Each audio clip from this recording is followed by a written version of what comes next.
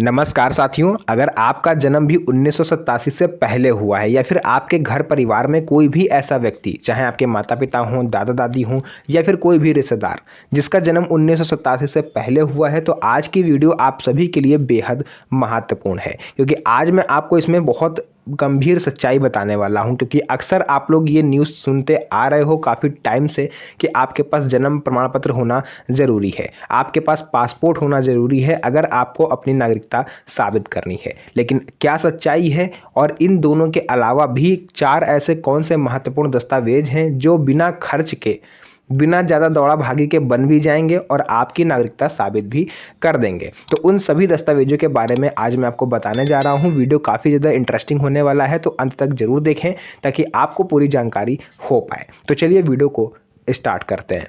तो साथियों, यहाँ पर वीडियो में आगे बढ़ें इससे पहले मैं यहाँ पर आप लोग को एक चीज़ बताना चाहूँगा कि ये चीज़ आप लोग को भी भली भांति पता है कि पुराने समय में जन्म प्रमाण पत्र नहीं बनते थे।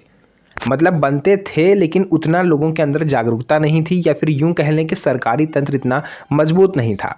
जैसे इस टाइम आप देखो, अगर किसी भी बच्चे का जन्म अस्पताल में होता है तो आपको खुद आगे डॉक्टर बताते हैं कि इनका भैया बर्थ सर्टिफिकेट आप यहाँ से बनवा लीजिए, इस काउंटर से बन जाएगा। और प्रोसेस भी आसान है, एक ही छत के नीचे जहाँ पर उस बच्चे का जन्म हुआ है वहीं पर आप बर्थ सर्टिफिकेट बनवा सकते हो।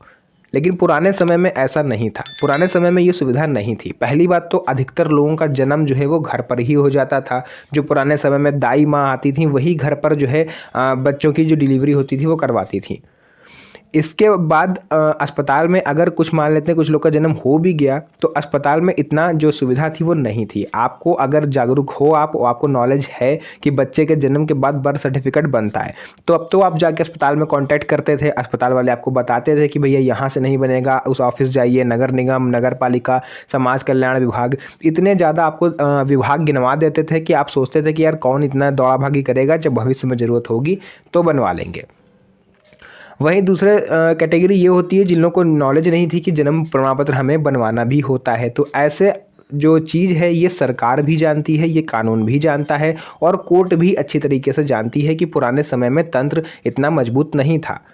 इसीलिए सरकार ने और सुप्रीम कोर्ट ने इसके जो है वो वैकल्पिक रास्ते खोल रखे हैं। यानी अगर आपके पास बर्थ सर्टिफिकेट नहीं है तो दूसरे नंबर पर पासपोर्ट आता है। अगर आप पासपोर्ट नहीं बनवा सकते हो, क्योंकि हर मिडिल क्लास आदमी के लिए पासपोर्ट बनवा पाना भी संभव नहीं है। एक तो इसमें खर्चा ज़्यादा लगता है, दूसरा ये बेकार होता है, इसका आगे चल के हमें कभी यूज़ नहीं करना है। इंटरनेशनल अगर आपको फ्लाइट कभी नहीं पकड़नी है तो आपके लिए पासपोर्ट बेकार है। तो अब सवाल ये उठता है कि सबसे सस्ता और बिना भागदौड़ के कौन सा ऐसा दस्तावेज बनवाया जाए जो हमारी नागरिकता आसानी से साबित कर दे। तो उसके बारे में मैं आपको बताने जा रहा हूँ। उससे पहले 1987 से पहले वालों की जो भी कानूनी स्थिति है मैंने आपको बता दिया है। सबसे ज़्यादा असमंजस में इसमें कोई है तो वो 1987 से पहले जिनका जन्म हुआ है वही लोग हैं। तो बर्थ सर्टिफिकेट अगर आपके पास नहीं है तो आपके शैक्षणिक दस्तावेज भी काम आ सकते हैं। जी हाँ साथियों, अगर आप पढ़े लिखे हो, चाहे भले आपने 5वीं तक की ही पढ़ाई करी हो, तो आप 5वीं तक का स्कूल रिकॉर्ड भी आप दिखा सकते हो। वो टीसी भी हो सकती है, वो 5वीं कक्षा की मार्कशीट भी हो सकती है। अगर आप उससे ज़्यादा पढ़े हो तो आप उससे ज़्यादा का दिखा सकते हो। इसके अलावा जमीन के संपत्ति के कागज, अब आप में से बहुत से लोग कहोगे कि हम पढ़े लिखे नहीं हैं, तो भाई आप अपनी प्रॉपर्टी से रिलेटेड कागज दिखा सकते हो। आपकी जो ज़मीन है जिस पर आपका मकान बना है उसकी रजिस्ट्री की फ़ोटोकॉपी, खतौनी वगैरह अगर आपके पास हो, है ना, केवाला या फिर बैनामा, ये सब कुछ भी चीज़ अगर आपके पास है तो आप दिखा सकते हो। इसके अलावा राशन कार्ड, आप राशन कार्ड सुन के ये मत सोचिएगा कि हम यही अभी 2 साल पहले बनवाया यही वाला ले जा करके दिखा दें, ये 2013 या 14 में बनवाया है वो वाला मान्य हो जाएगा।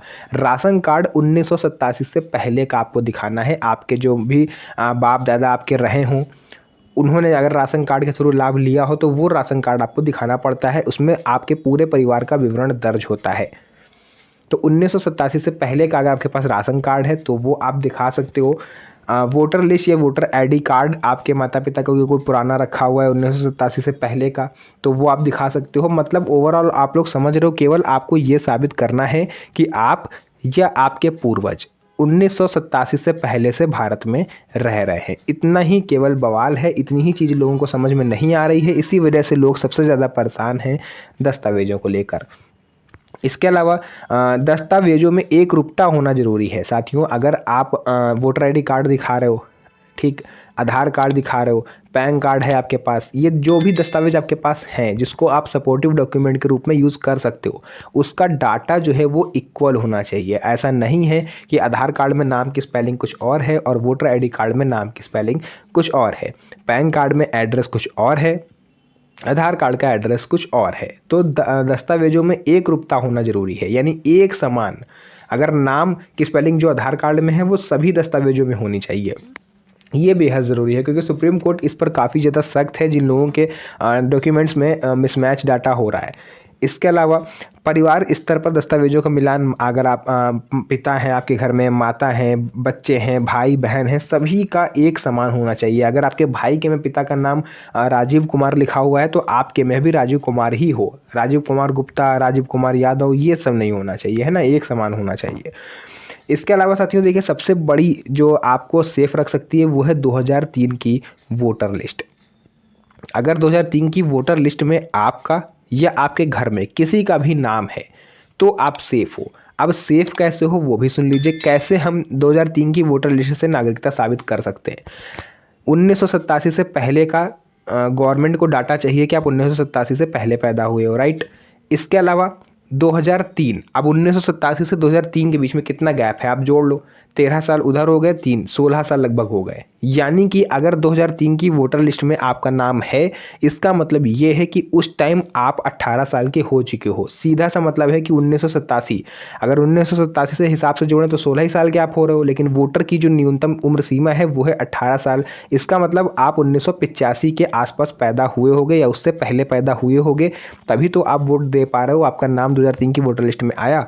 तो ये एक ठोस दस्तावेज बन सकता है आपकी नागरिकता का। इसके अलावा आप निवास प्रमाण पत्र भी दिखा सकते हो, लेकिन बहुत सारे लोग इसमें भी कंफ्यूज हैं। सामान्य निवास प्रमाण पत्र मान्य नहीं है, तो अपने निवास प्रमाण पत्र को, रेजिडेंशियल सर्टिफिकेट जिसको बोलते हैं, डोमिसाइल सर्टिफिकेट जिसको बोलते हैं, आप उसको पहले बक्से से निकालिए और उसको ध्यान से देखिए कि आखिर उस पर लिखा क्या है। अगर उस पर जनरल रेजिडेंशियल सर्टिफिकेट यानी सामान्य निवास प्रमाण पत्र लिखा हुआ है तो वो मान्य नहीं होगा। अगर उस पर परमानेंट रेजिडेंशियल सर्टिफिकेट लिखा है या परमानेंट डोमिसाइल सर्टिफिकेट लिखा है, यानी कि मूल निवास प्रमाण पत्र या स्थायी निवास प्रमाण पत्र, तो ही वो मान्य होगा और उसके थ्रू आप नागरिकता भी आसानी से साबित कर पाओगे। इसके अलावा अगर आप SC, ST, OBC कैटेगरी से आते हो तो फिर आप जाति प्रमाण पत्र यानी कास्ट सर्टिफिकेट भी दिखा सकते हो। इन सबको एक किनारे रखते हैं। अगर आपके पास आपके माता पिता का डेथ सर्टिफिकेट है तो 1987 से पहले का, तो वो भी आप यहाँ पर दिखा सकते हो, लेकिन इस केस में आपको 2 गवाहों की ज़रूरत पड़ेगी जो ये पुष्टि कर सकें कि वाकई में इनके माता पिता की मृत्यु यहीं पर हुई है और उस टाइम ये बच्चे जो यहीं पर प्रेजेंट थे, है ना। तो मतलब आप लोग अगर इसको ध्यान से देखो, बारीकी से पढ़ो, तो दस्तावेजों में कोई ज़्यादा झंझट है नहीं। जिस तरह से लोग हाइप बना रहे हैं, लोग अफवाहें उड़ा रहे हैं, अगर आपके पास या आपके माता पिता, आपके पूर्वज अगर 1987 से पहले से भारत में थे तो आपके पास कोई ना कोई सबूत ऐसा ज़रूर होगा। ऐसा नहीं है कि आपके पास सबूत नहीं है, बस ज़रूरत है उसे मन से ढूंढने की, मिल सब जाएगा। बाकी अगर आपके मन में कोई डाउट है, कोई क्वेश्चन है, कोई भी दस्तावेज के बारे में आपको पूछना है कि कैसे बनेगा, कहाँ से बनेगा, कितनी फ़ीस लगेगी, क्या दस्तावेज लगेंगे, तो आप मेरे से कमेंट सेक्शन में पूछ सकते हो, उसका रिप्लाई मैं आपको दे दूँगा। तो जो भी जानकारी थी मैंने आपको यहाँ पर पूरा बता दिया है। अगर वीडियो पसंद आई हो, वीडियो को लाइक करके चैनल को सब्सक्राइब जरूर करें, क्योंकि इस तरह की वीडियोस मैं आपके लिए बनाता रहता हूँ। तो फिर से मुलाकात होगी आप सभी से एक और नई मज़ेदार वीडियो में। तब तक के लिए धन्यवाद। जय हिंद।